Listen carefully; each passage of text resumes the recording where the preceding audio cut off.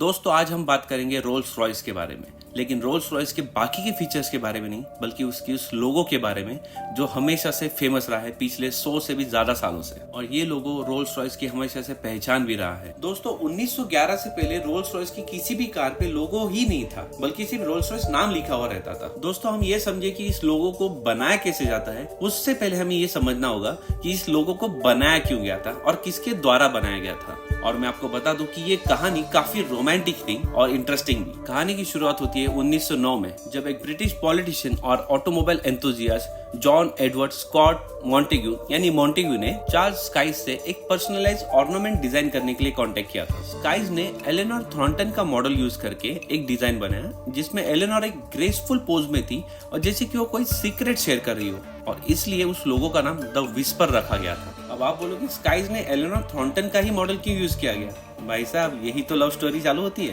Actually बात ये थी कि एलेनोर एक मॉडल थी और लॉर्ड मॉन्टेग्यू की पर्सनल सेक्रेटरी थी, और उन दोनों के बीच में रोमांटिक रिलेशनशिप भी था। लेकिन उनका संबंध पब्लिक नहीं किया गया था क्योंकि मॉन्टेग्यू ऑलरेडी शादीशुदा भी थे। पर मॉन्टेग्यू अपने उस प्यार को अमर बनाना चाहते थे, इसलिए उन्होंने अपनी सिल्वर घोष के ऊपर एलेनोर का लोगो बनवाया। एलेनोर की जिंदगी काफी ट्रेजिक रही क्योंकि 1915 में वो एक शिप डिजास्टर के दौरान गुजर गई, और उनका नाम और उनकी इमेज रोल्स रॉयस के लोगों के माध्यम से आज भी अमर है, और उनका प्यार भी। अब जानते हैं कि रोल्स रॉयस उस लोगों को डिटेल में बनाता कैसे। इस लोगों को बनाने के लिए रोल्स रॉयस के पास जितनी भी एलेनोर के पुराने इमेजेस थे उनको वो एनहांस करके उनके फेशियल एक्सप्रेशंस को, फीचर्स को एकदम डिटेल में स्टडी करते हैं। फिर उसकी मदद से एक मोल्ड बनाया जाता है जिसके अंदर वैक्स को इंजेक्ट किया जाता है, जो कि एक टेम्पररी लोगो जैसा ही होता है।